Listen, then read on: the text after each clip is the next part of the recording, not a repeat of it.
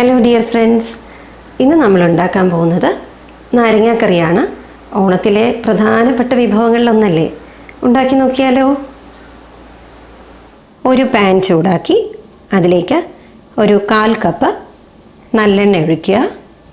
ഇതിലേക്ക് 1 സ്പൂൺ കടുക്, ഒരു 4 വറ്റൽമുളക്,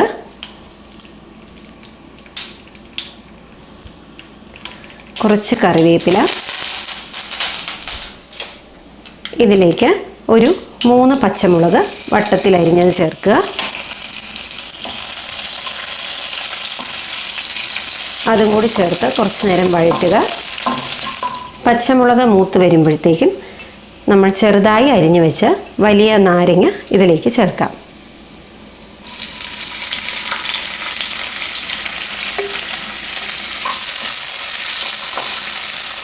നാരങ്ങ ഒരു 10 മിനിറ്റ് അടുപ്പിച്ച് ഒന്ന് വഴറ്റിയെടുക്കണം. 10 മിനിറ്റ് വേണ്ട, വഴണ്ട് വരുമ്പോൾ നമുക്ക് ബാക്കി പൊടികൾ ചേർത്ത് കൊടുക്കാം.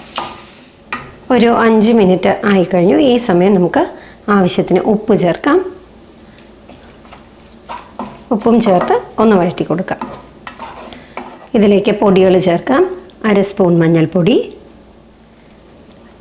2.5 സ്പൂൺ പിരിയൻ മുളക് പൊടി,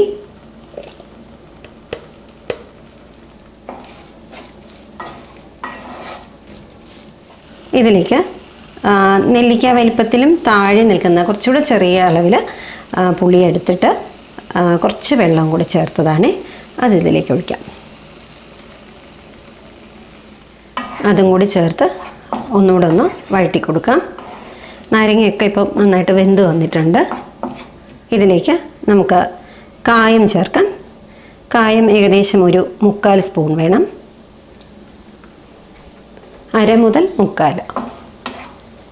ഇതിലേക്ക് നമുക്ക് 1/4 കപ്പ് വെള്ളം കൂടി ചേർത്ത് കൊടുക്കാം.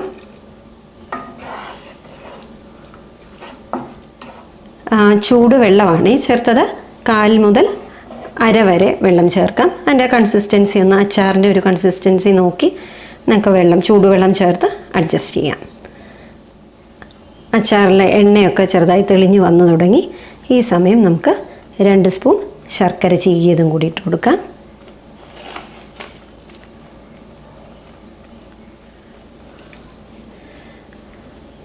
നന്നായി ഒന്ന് മിക്സ് ചെയ്തെടുക്കാം.